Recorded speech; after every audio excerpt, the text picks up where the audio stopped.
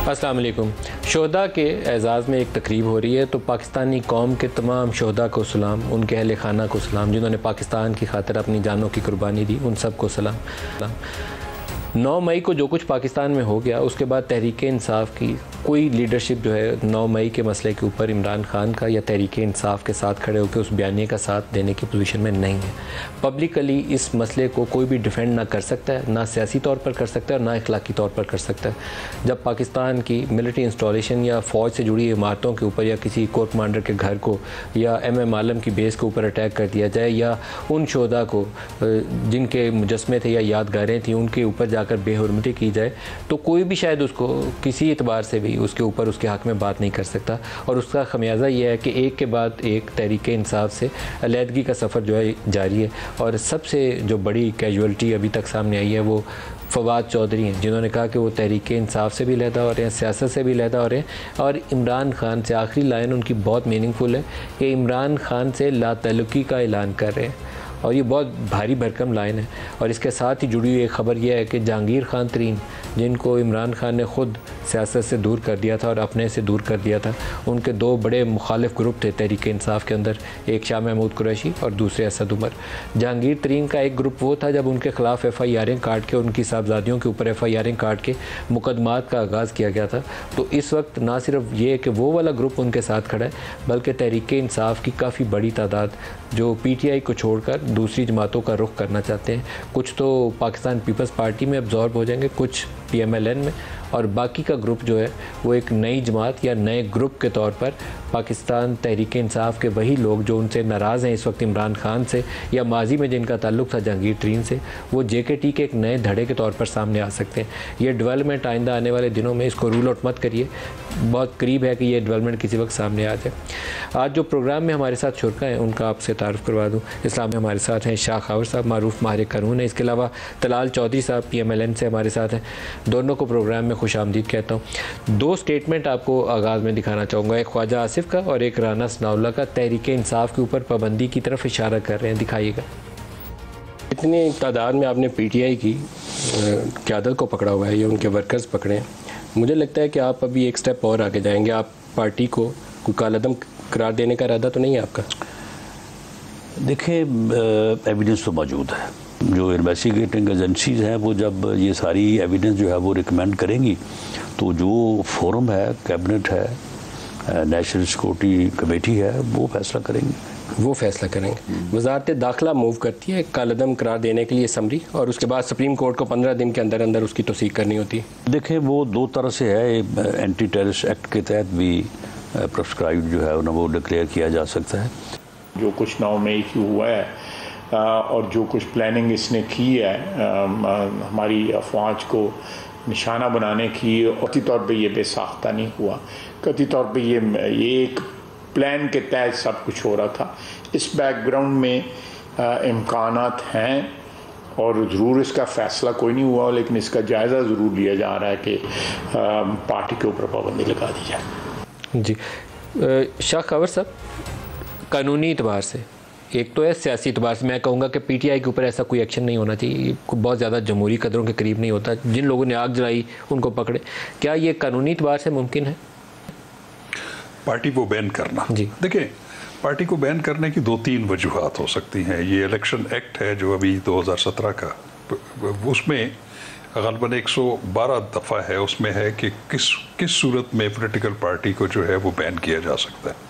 उसमें यह है कि जब वफाकी हुकूमत के पास ऐसे ठोस शवाहिद और इंफॉर्मेशन मौजूद हो कि कोई भी पॉलिटिकल पार्टी जो है वो पाकिस्तान की सालमियत और उसकी इंटेग्रिटी और उसकी सोवरेनिटी के ख़िलाफ़ काम कर रही है, या वो फॉरेन एडेड पॉलिटिकल पार्टी है, या वो किसी टेररिस्ट एक्टिविटीज़ में मुलविस है, तो ऐसी सूरत में फिर फेडरल गवर्नमेंट एक जो है नोटिफिकेशन के ज़रिए उस पार्टी को बैन करने का नोटिफिकेशन इशू कर सकते हैं और उसके नोटिफिकेशन के इजरा के 15 दिन के अंदर अंदर उनको वो matter supreme court of Pakistan में रेफ़र करना पड़ता है और फिर सुप्रीम कोर्ट ऑफ पाकिस्तान तमाम इंफॉर्मेशन और शवाहिद और उनको सबको सुनने के बाद ये फैसला कर सकती है कि कोई भी पॉलिटिकल पार्टी जो है वो बैन कर दी गई है और उसकी सूरत में फिर इलेक्शन कमीशन उस पार्टी को बैन कर देता है और उसके बाद फिर उसके जितने भी इलेक्टेड जो पार्लियामेंटेरियन मतलब है कि ये तलवार लटक रही है पीटीआई के साथ, वो ज़रूर ऐसे शायद वो एस्टेब्लिश कर सकें, लेकिन फाइनली इसमें जो आर्बिटर है वो सुप्रीम कोर्ट ऑफ पाकिस्तान है। अगर वो भी कर दे तो फिर उसका नतीजा ये होता है कि उनके जितने इलेक्टेड मेंबरान हैं, चाहे वो सेनेट के हैं, चाहे वो कौमी असम्बली के हैं, चाहे वो सूबाई असम्बली के हैं, यहाँ तक कि लोकल गवर्नमेंट के भी वो फिर उस टर्म के लिए जो है वो डिस्क्वालीफाई हो जाएंगे। तो लेकिन मैं ज़ाती तौर पे ये समझता हूँ कि पॉलिटिकल पार्टीज़ को ये इस तरह बैन नहीं करना चाहिए। पॉलिटिकल पार्टीज़ जो हैं वो बिल्कुल रहनी चाहिए। ये ज़रूर है कि पाकिस्तान तहरीक इंसाफ को उनकी जो लीडरशिप है उनको ये ज़िम्मेदारी का एहसास करना चाहिए कि वो अपना एक जो स्टांस उन्होंने लिया है बहुत ही एक एक्सट्रीम और एक जो है जिसमें ये 9 मई के वाक़यात हुए वो उनके ऊपर मैं समझता हूँ कि बहुत बड़ा एक स्टिग्मा है।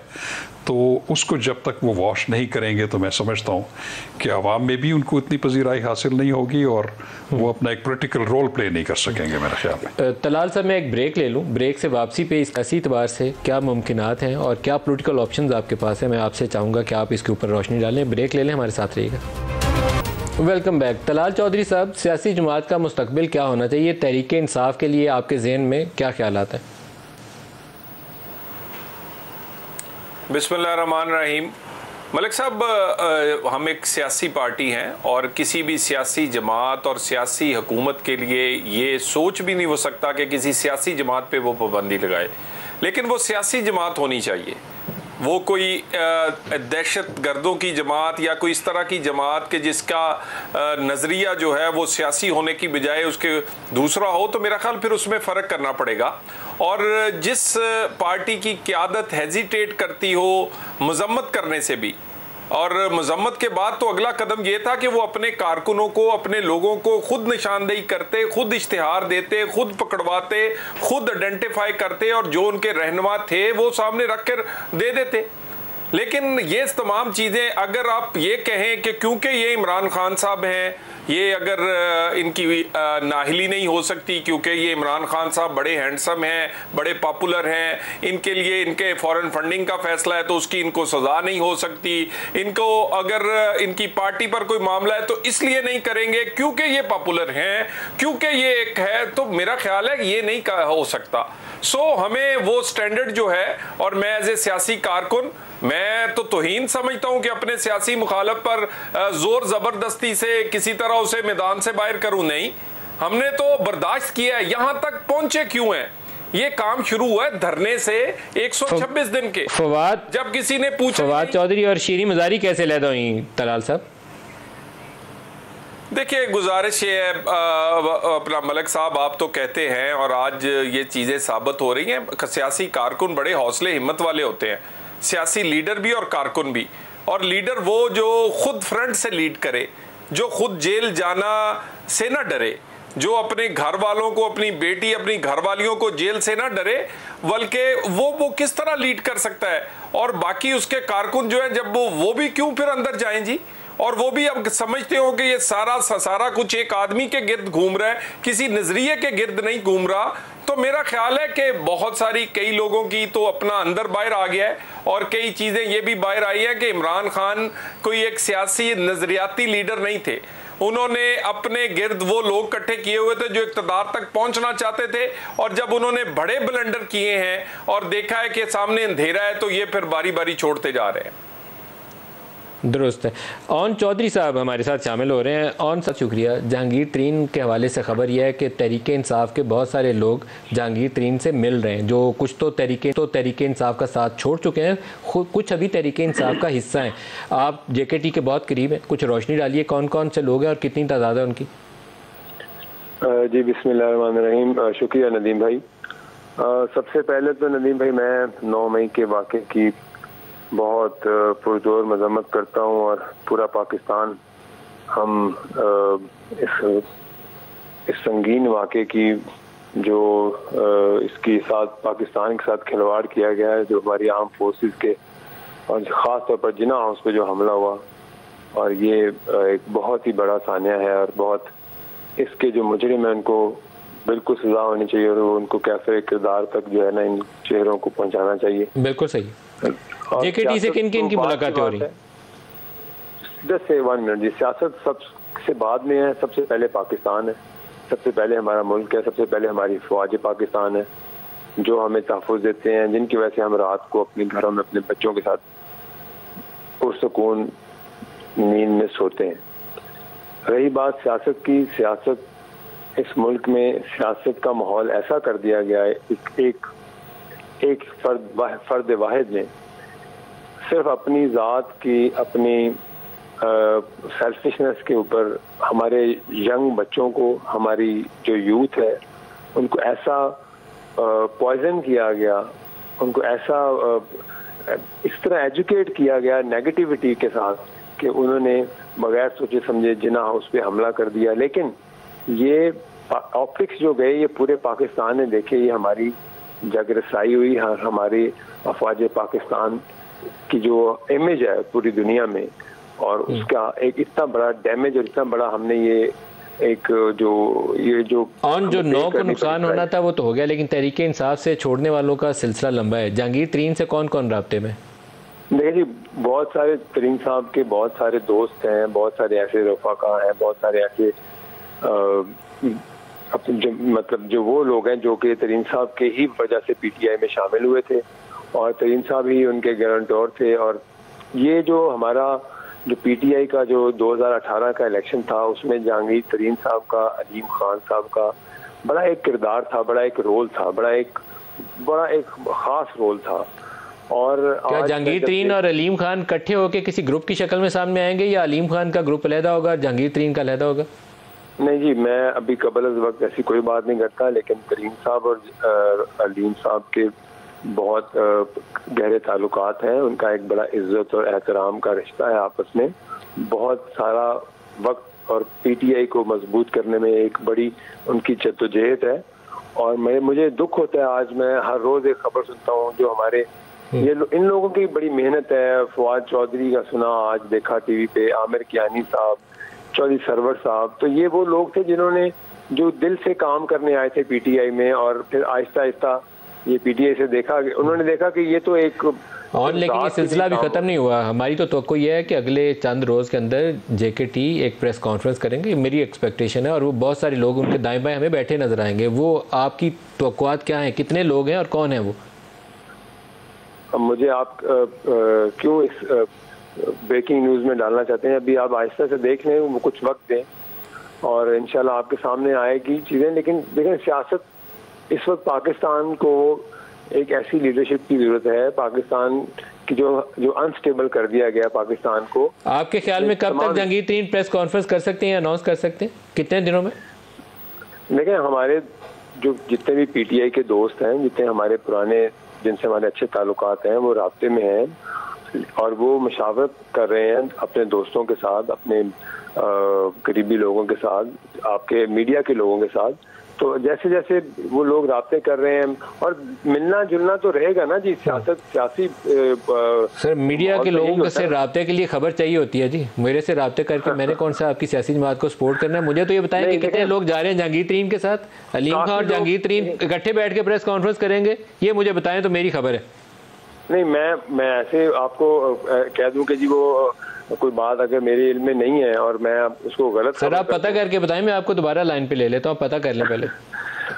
मुझे आप वक्त दें, अभी आप आगे और सारे आपके सामने इंकशाफात होंगे, बड़े अच्छे चेहरे और आपके पास आएंगे और वो आपको खबरों में आएंगे कि वो कौन कौन जा रहा है। लेकिन वजह यह है कि जो ये हुआ है और उसकी वजह से लोग दिल बर्दाश्त हुए और लोगों को पता चल गया है कि ये एक जो पीटीआई ने जो काम शुरू किया था वो पाकिस्तान के लिए किया था, किसी वाहिद शख्स की जात के लिए। ऑन चॉइस साहब, बहुत शुक्रिया आपने हमें ज्वाइन किया दोबारा। शाह खावर साहब, 2-3 इशूज़ पाकिस्तानी सियासत में कभी नज़रअंदाज नहीं करने चाहिए। मुस्लिम लीगें A to Z सारी बनी हुई हैं, मतलब ये से शुरू कर लें ना, तो ज़िया वाली मुस्लिम लीग वो इजाज़ुल हक साहब ने बनाई हुई है, पीपल्स पार्टी भी पैट्रियट बन गई और 4 पीएं भी बनी हुई हैं और एक और पता नहीं कौन सी पी है। तो ये पाकिस्तानी सियासत में ये नई चीज़ नहीं है, सर्वाइव वो कर जाता है जिसकी सियासी सोच हो। बिल्कुल ऐसे ही है। देखिए मैं आपको बताऊं कि पार्टियां जो हैं उसमें शिकस्त और रेख्त होती रहती है। अभी आपने बताया कि मुस्लिम लीग जो है वो मुख्तलिफ फॉर्म्स में थी, अभी भी मौजूद है, और आपने ये भी देखा है कि इवन जो इंतखाबी सियासत है उसमें कई दफ़ा पीपल्स पार्टी जो है उसको मेजॉरिटी मिली, फिर वो 17 सीटों पे महदूद हो गई, फिर PMLN के साथ भी ऐसे ही हुआ, 19 पे वो भी आ गए, 19 पे आ गए, फिर उनको 2/3 मेजॉरिटी मिल गई। देखिए बात यह है कि आप सिस्टम में मौजूद रहें और आपकी सोच जो है जमहूरी हो, उसमें आपको चांस मिलता रहता है। लेकिन मैं ये समझता हूँ कि ये 9 मई के जो वाक़यात हैं इन्होंने एक बड़ा कोलेट्रल डैमेज किया है PTI को, और उसमें जो एक इमरान खान को शिकस्त दे दी 9 मई को। मेरा ख्याल है कि वो ऐसा ही है। उसकी वजह यह है कि अब जो सोच रखने वाला तबका, एक तो PTI में ऐसा तबका है जो कि हर हालत में वो इमरान खान साहब का फ़ैन क्लब है, वो उनको हर हालत में सपोर्ट करता है और करेगा। लेकिन एक जो चेंज के लिए जो लोग आए थे, जो PTI में लोग शामिल हुए थे, वो अब सोचना शुरू हो गए हैं और वो उनके ज़हनों में जो है मॉडरेट एलिमेंट है। तलाल साहब आपसे भी इस पे चाहूँगा, एक जो चीज़ इमरान खान ने की थी जिसके लिए यूथ उसके पीछे गई थी, वो ये था कि हम नया पाकिस्तान बनाएंगे, नए पाकिस्तान की सोच। उन सारे लोगों को मायूसी हुई है, वो जो नया पाकिस्तान देखना चाहते थे वो नया पाकिस्तान नहीं आया। लेकिन किसी दूसरी जमात ने शायद उस चीज़ को, उस ख्याल को, उस सोच के हामिल लोगों को, उस मिडिल क्लास को, उसको कैप्चर करने की कोशिश भी नहीं की, उसको इंगेज करने की कोशिश भी नहीं की। ये टेस्ट केस आप लोगों के लिए भी है। तलाल साहब देखिए मलिक साहब, गुजारिश ये है कि पाकिस्तान में मुकाबला आपकी परफॉर्मेंस का होना चाहिए, किरदार और कारकर्दगी का होना चाहिए। अनफॉर्चुनेटली यहाँ पर इमरान खान साहब ने मुकाबला बनाने की कोशिश की, नारों का, खूबसूरत नारे, खूबसूरत स्लोगन्स, और उसके बाद एक नई तर्ज, यानी 4 साल की हुकूमत में उन्होंने क्या तब्दीली लेके आए उस नौजवान के लिए जो उनके पीछे था। कौन सी परफॉर्मेंस थी उसमें? इकॉनमी देख लें, उसमें आप कोई रिफॉर्म्स देख लें, कोई एक पुलिस से लेकर FBR तक कोई रिफॉर्म नहीं कर सके, कोई परफॉर्म नहीं कर सके, और उसके बाद जाते जाते वो जो बचा कुचा पाकिस्तान का उसको भी आग लगा गए। यानी उस नौजवान को जिसको सिखाना था कि कानून की पाबंदी करनी है, उसको आप सिखा के गए हैं कि अपने बच्चे आपके वहां बैठे हैं, और उसके बाद आप एक दिन जेल नहीं रह सकते, और लोगों को कहते हैं गुलामी से आज़ादी और यजीद से लड़ना है हमने, और उनको जो रहता खुदा पाकिस्तान था उसको भी आपने आग लगा दी है। सो असल इमरान खान अब बाहर आया है, और मेरा ख्याल है कि ये बहुत देर से, ठीक है, सियासी तौर पर कई दफ़ा हमने बड़े मुश्किल वक्त देखे हैं, लेकिन मैं समझता हूँ पाकिस्तान में जब तक परफॉर्मेंस का मुकाबला नहीं होगा ये पाकिस्तान आगे नहीं बढ़ सकता। लेकिन तलाल साहब, एक सवाल मेरे जहन में बार बार उठता है कि PTI को जब 9 मई से पहले लगता ये था कि आपकी जमात से जवाब नहीं आ सकता, वो इतने सियासत में ऊपर चले गए। अभी भी आपकी जमात के पास हिकमत अमली मुझे नहीं लगता कोई भी। आप तो 9 मई की उनको मार पड़ने का इंतजार कर रहे हैं कि इनको मार पिट जाए तो ये कट टू साइज हो जाए।